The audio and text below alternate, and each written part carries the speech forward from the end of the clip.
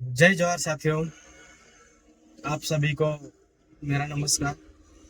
साथियों, आज से हम भारतीय संविधान के बारे में आपको थोड़ा थोड़ा करके चर्चा करना चाहता हूँ। और प्रत्येक नागरिकता को भारतीय संविधान की या उनके बारे में जानकारी होनी चाहिए। भारतीय संविधान जो कि वर्तमान समय में 25 भागों में बढ़ चुका है और विश्व का सबसे बड़ा संविधान भारतीय भारतीय संविधान ही है। भारतीय संविधान के बारे में आपको बताने से पहले थोड़ा भारत का इतिहास के बारे में बताना चाहता हूँ, जो कि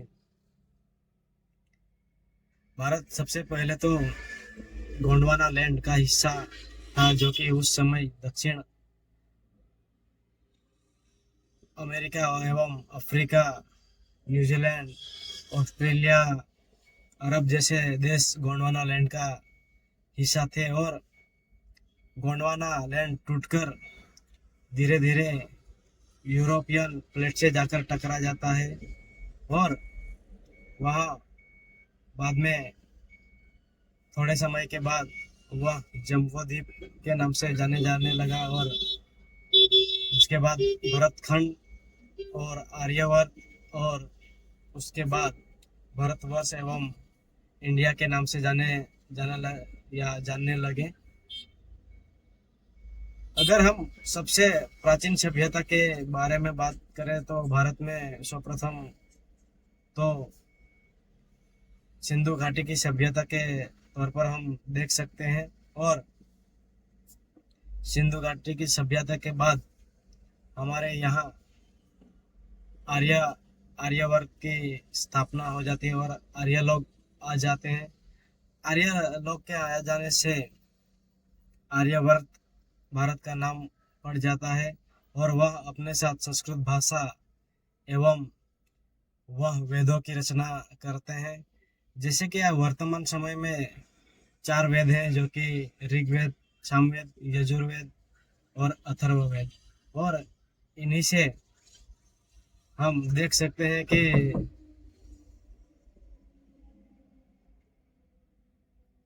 और कानूनी तौर पर मनुस्मृति और याज्ञवल्क्य के जरिए दंडित किया जाता था।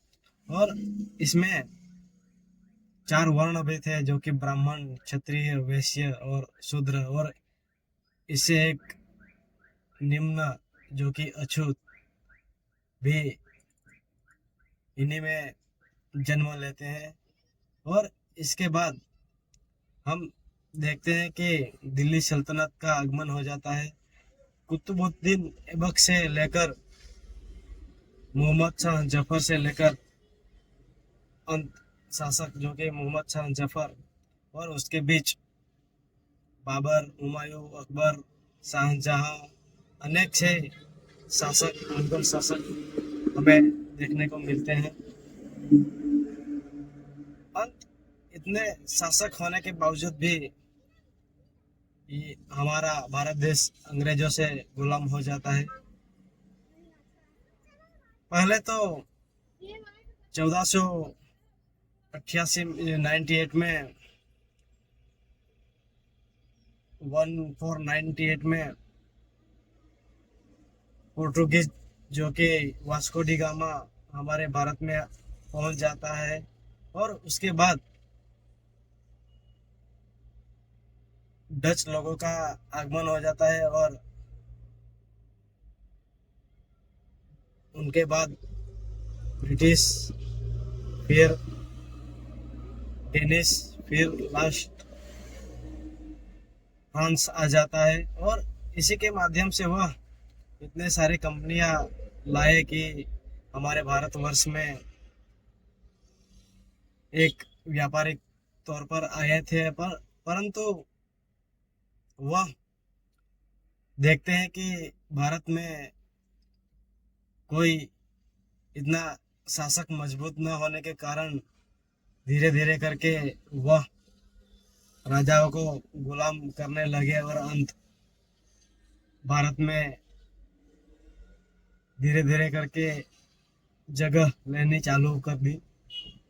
सर्वप्रथम तो पहले अंग्रेजों ने बंगाल बंगाल में अपना स्थापना की और वहां वहां से वो उनका विजय रथ जो कि चल पड़ा। और ऐसे करके आपस में ही पुर्तगाल, ब्रिटिश एवं फ्रांस से मुकाबला हो जाता है। उसमें अंत ब्रिटिश विजय प्राप्त कर लेता है और पूरे भारत में उनका शासन चल जाता है, परंतु कुछ हिस्सों में फ्रांस भी और पुर्तगाल भी अभी तक थे ही।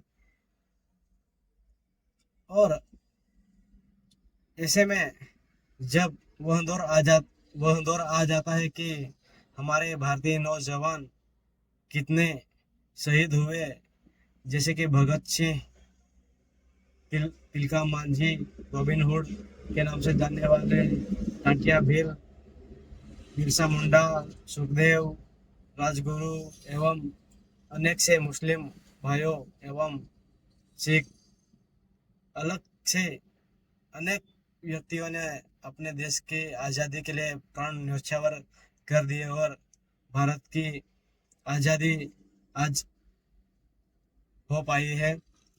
तो सर्वप्रथम तो भारतीय संविधान सभा की मांग 1934 में एम एन रॉय द्वारा की गई थी। उसके बाद कांग्रेस ने 1935 में उनको उन विधानसभा की मांग को स्वीकार कर ली और ब्रिटिश सरकार द्वारा 1940 में 3 सदस्य जो कि कैबिनेट के सदस्य के तौर पर भारत में भेजे। और कैबिनेट में जो 3 सदस्य थे, सर स्टीफन क्रिप्स और मैथिलिक या सॉरी पैथिक लॉरेंस और एबी एलेक्जेंडर, यह 3 सदस्य थे जो कि भारत में आए और विधानसभा की बैठक करवाए। सर्वप्रथम तो विधानसभा की या विधानसभा में चुनकर आना था, जो कि राज्यसभा के विधानमंडल से चुनकर आना था या विधानसभा से चुनकर आना था। और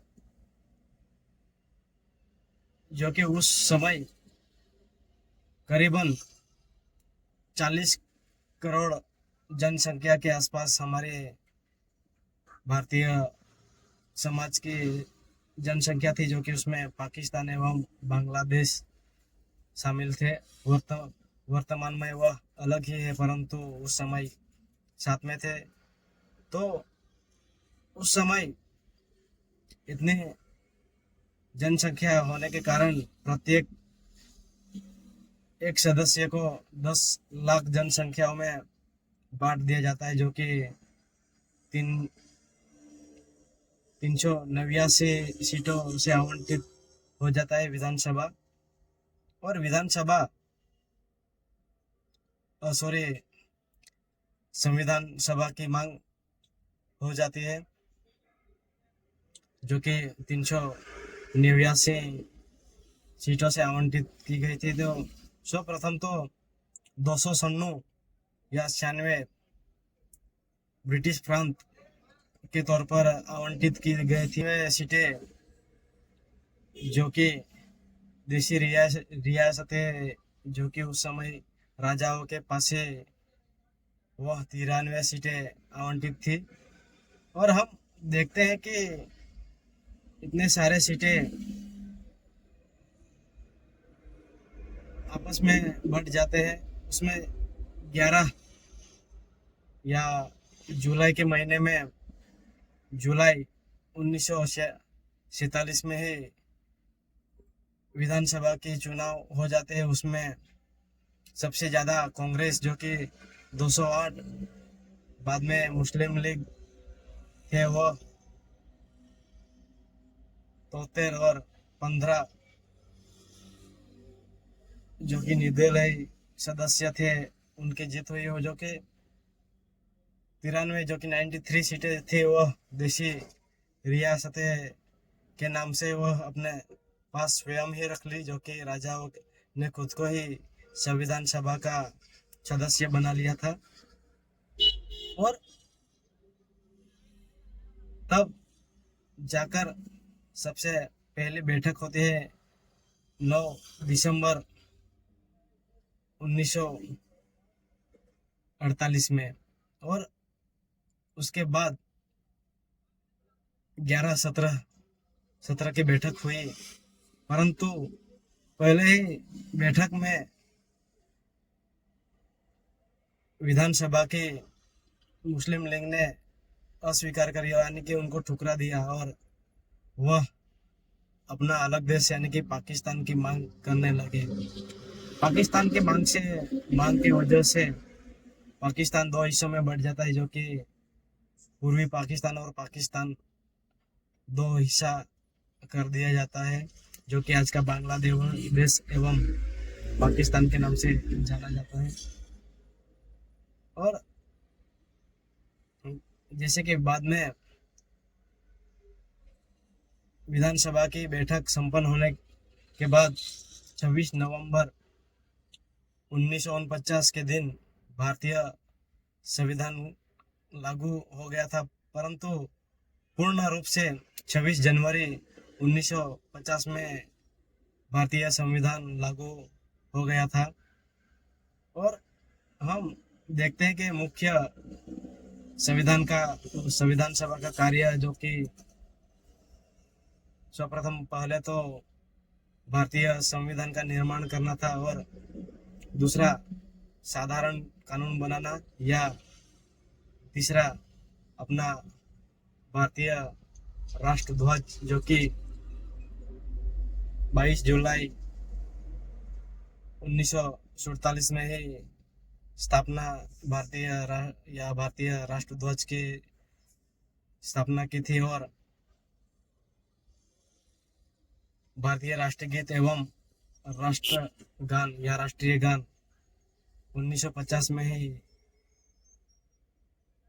1950 में लागू की थी। उसके बाद राष्ट्रीय मंडल सदस्यों की भी स्थापना मई में 1950 में हो जाती है, और अंत यह आ जाता है कि भारतीय संविधान का निर्माता एवं अध्यक्ष हम देखते हैं डॉक्टर भीमराव बाबा साहेब अम्बेडकर, और विधानसभा का अध्यक्ष जो कि डॉक्टर राजेंद्र प्रसाद एवं सॉरी मैं भूल गया था कि भारत के संविधान का निर्माता एवं मसौदा समिति के अध्यक्ष डॉक्टर भीमराव अम्बेडकर थे। और इस प्रकार हमारा भारतीय संविधान बनने में 2 साल 11 महीने एवं 18 दिन का समय लगा था, और कुल खर्च 64 लाख के करीब आया। संविधान काफी या भारतीय संविधान की पृष्ठभूमि हमें देखने को मिलती है, तो हम कोशिश करते हैं कि कल से हम भाग 1 से लेकर 25 तक एक एक करके भागों की चर्चा करेंगे। इसलिए आज मैं यहीं तक रोक लेता हूँ। जय हिंद, जय जवाहर।